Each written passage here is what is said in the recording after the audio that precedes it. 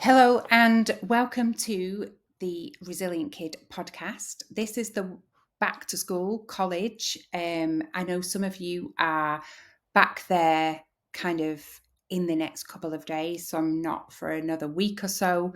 And actually, I think as parents, it's really lovely to be in the summer and kind of not have the routine, not have to worry about getting up, doing the whole school run, prepping them, things like that.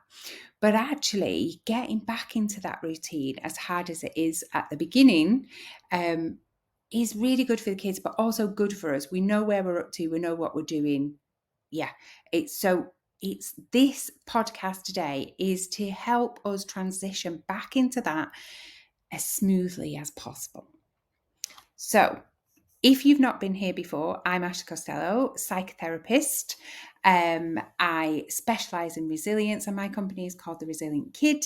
I have a book out called A Guide to Raising a Resilient Kid, which, despite the name, as in kid, as in little person, it really isn't. It's for any age at all. And you can catch Catherine Sandland, who has children, teens, and older kids interviewing me in the last episode, which will tell you more about the book if you want to know. Anyway, without more further ado, let's move on to top tips for making that transition back to school, college as easy as possible for the kids and for us as well. So, talk about what they're looking forward to.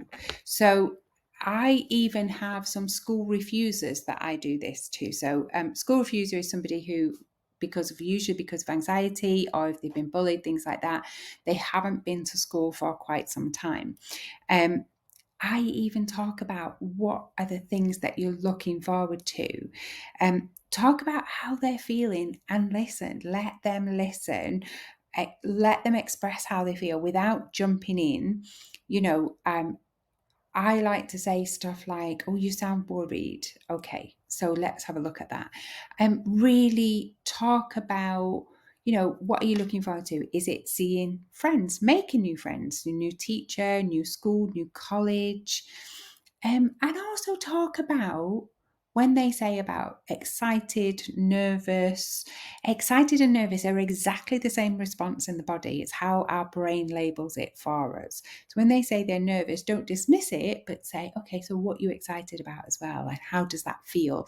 And often getting students to recognize feelings in their body, they realize that actually it's the same thing. So one of the ways that they know I'm listening is to repeat back to them. So for instance, you sound worried. What's the worst thing that could happen? Yeah. Talk that out. What's the evidence that that would happen? What can you do? Get them to problem solve themselves instead of us jumping in trying to problem solve for them. So it's a really good way of getting them to look at the positive stuff and look, what are they looking forward to. I would say start this as early as possible. Familiarity. Right, what do I mean with this? Well, there is always going to be some changes. That does not, unless they're going to school for the very first time. And if they are, what I would say is, you've probably been for a visit. So tell me, what do you remember from your visit?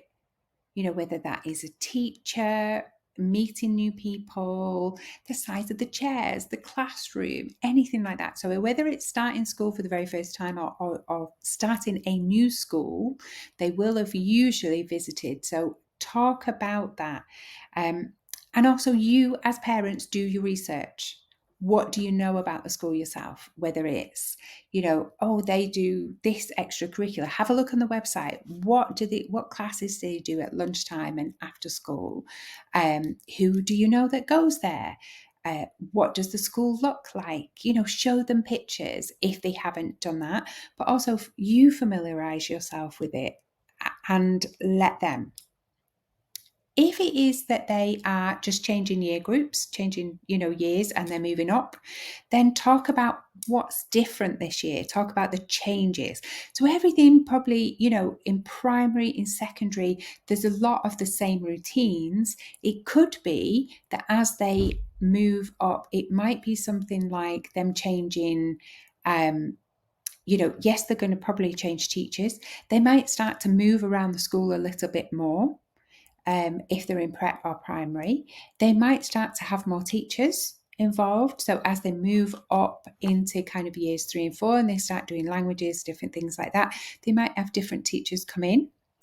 So those kind of changes. It might be that they go and get their own lunch. If it's secondary, okay, what's the changes there?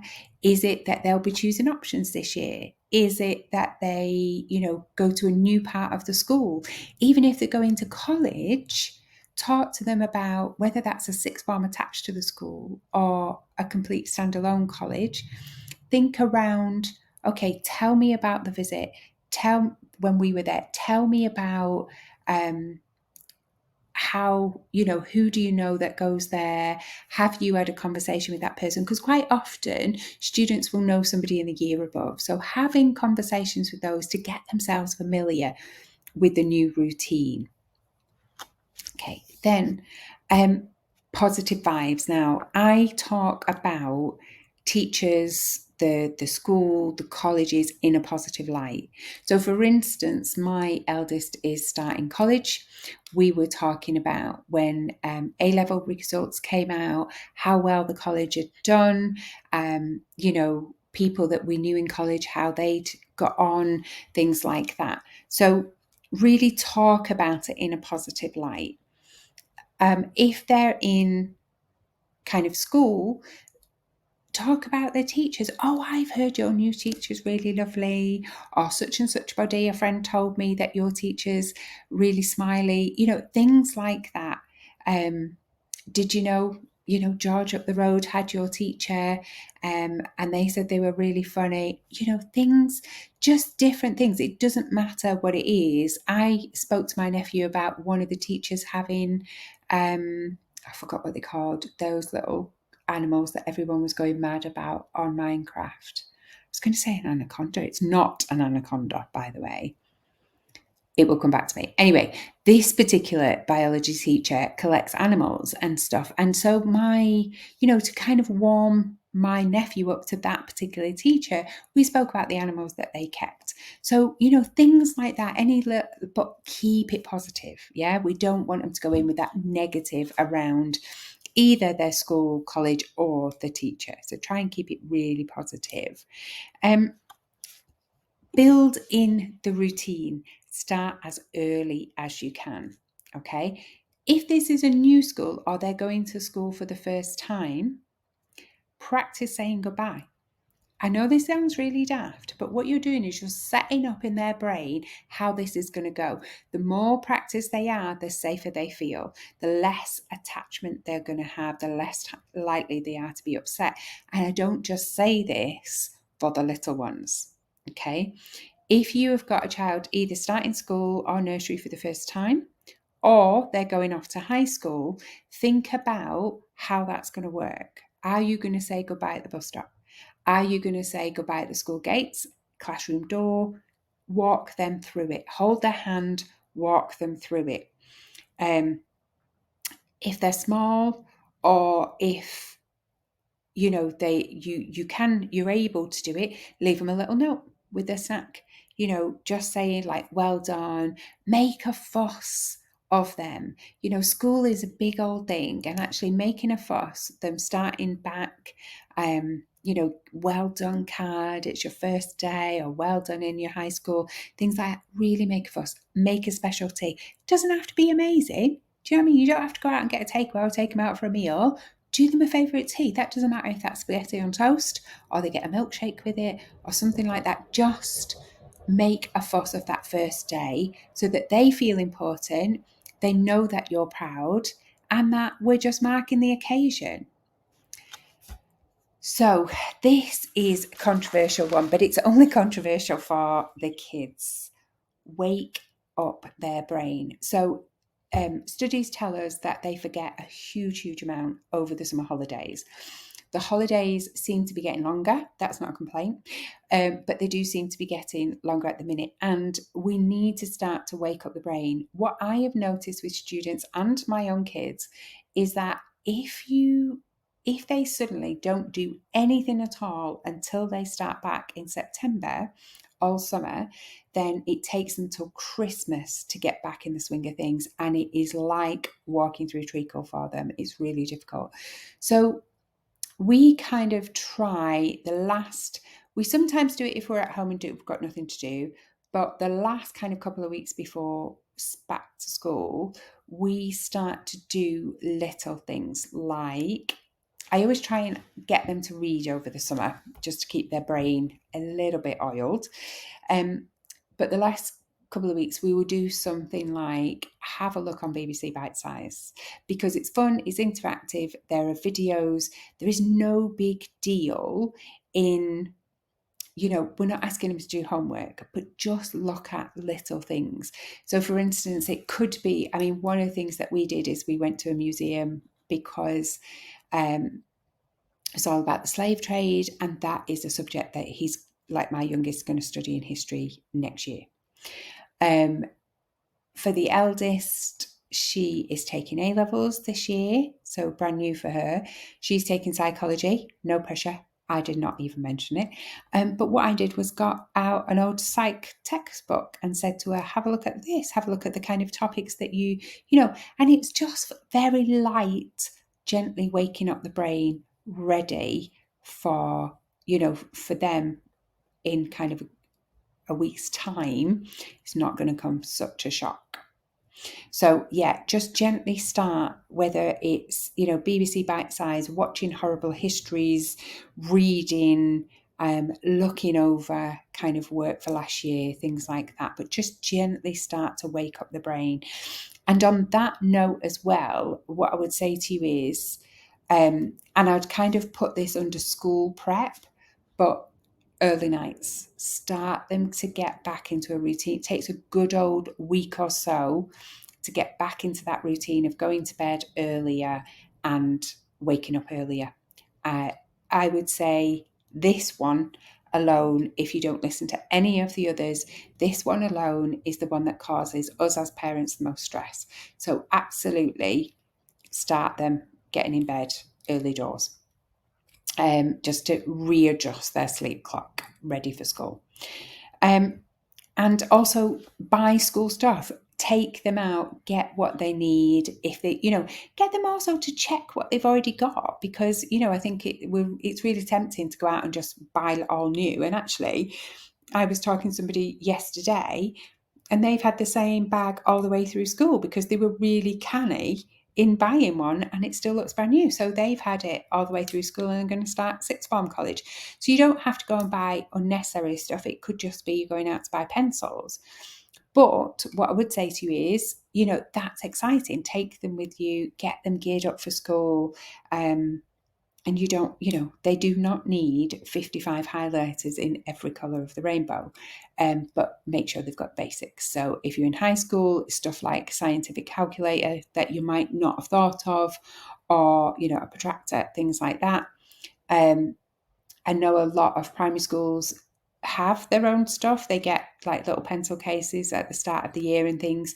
So just double check and get what they need, whether that's uniforms, or stationery, but get them involved, get them to try on the new uniform, things like that.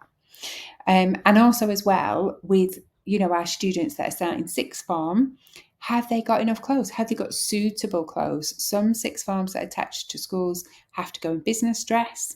Others can wear what they want. Is it appropriate is what I'd say. And it's about, not do you want to go to college in a crop top, but what image do you want your teachers to have of you? Because unfortunately, we do judge kids, particularly girls, on what they wear.